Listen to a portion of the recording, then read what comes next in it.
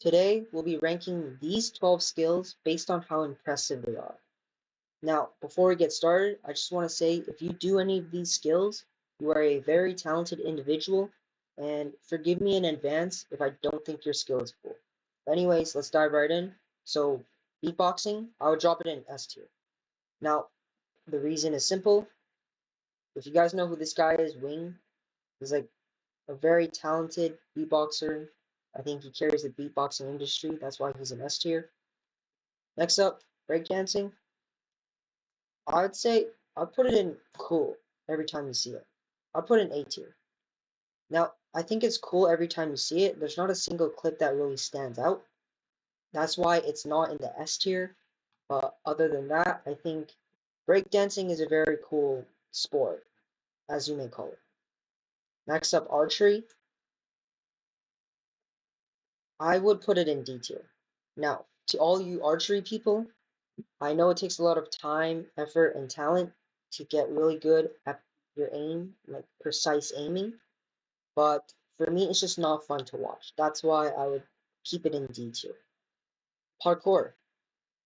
I know some people would argue it's cool for the first time you see it, but I think parkour is cool since I do calisthenics and they both require like a level of fitness and mobility with your whole body. So that's why I would keep it in A tier. Next up, guitar.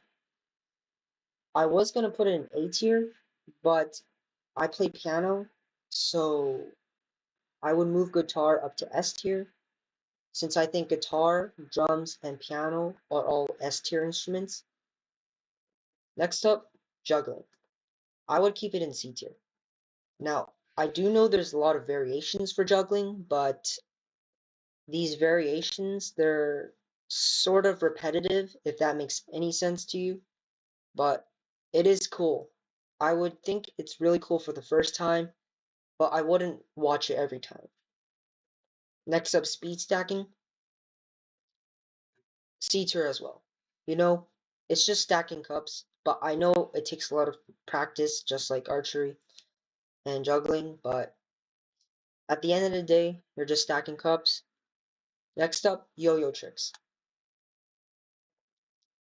For me, I would put it in C tier.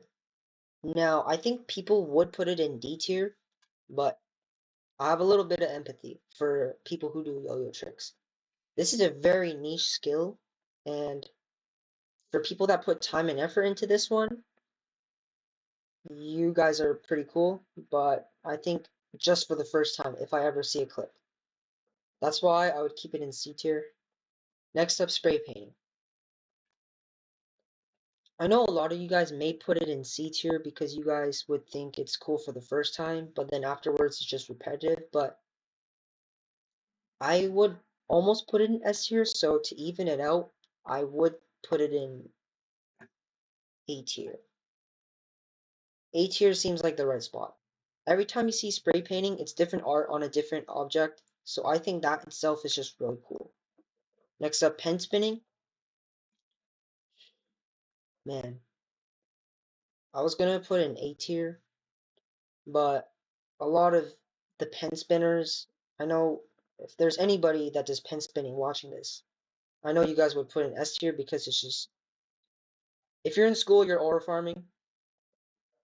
Mm, but for me, I think I would keep it in A tier. It's cool every time you see it. Every time you see it, it's not repetitive because it's different tricks, right? I mean, at least that's how I see it. So, but next up, cardistry. There's a little bit of bias in this, but I think it goes in S tier. I do magic. It's not cardistry. They're not the same thing. Cardistry just seasons magic if you combine the two. It deserves an S tier because of how cool it just looks all together. Last up, skateboarding. You know what? I would put it in A tier. The reason being is that it's cool every time you see it, since a lot of it is repetitive, but at the same time, skateboarding is very popular, and I'm one of the people that do think skateboarding tricks are really cool, so that's why I would keep it in A tier.